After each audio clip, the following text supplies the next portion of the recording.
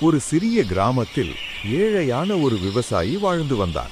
ஒரு நாள் வயலை தோண்டும்போது மண்ணுக்குள் மறைந்திருந்த ஒரு பழமையான சிவலிங்கம் அவன் கைகளில் கிடைத்தது. அந்த நிமிடம் முதல் அவன் தினமும் அதற்கு நீர் அபிஷேகம் செய்து மலர்கள் வைத்து மனமாற பூஜை செய்தான். அவன் பக்தியால் மகிழ்ந்த சிவபெருமான் ஒரு நாள் கனவில் தோன்றி, "உனக்கு என்ன வேண்டும்?" என்று கேட்டார். விவசாயி பணம், சொத்து எதுவும் கேட்கவில்லை. "நான் வணங்கும் இந்த சிவலிங்கம் ஒரு பெரிய ஆலயமாக மாற வேண்டும். அதில் எல்லோரும் வந்து உம்மை வழிபட வேண்டும். அதற்கு மட்டும் அருள் புரியுங்கள் ஆண்டவா" என்றான்.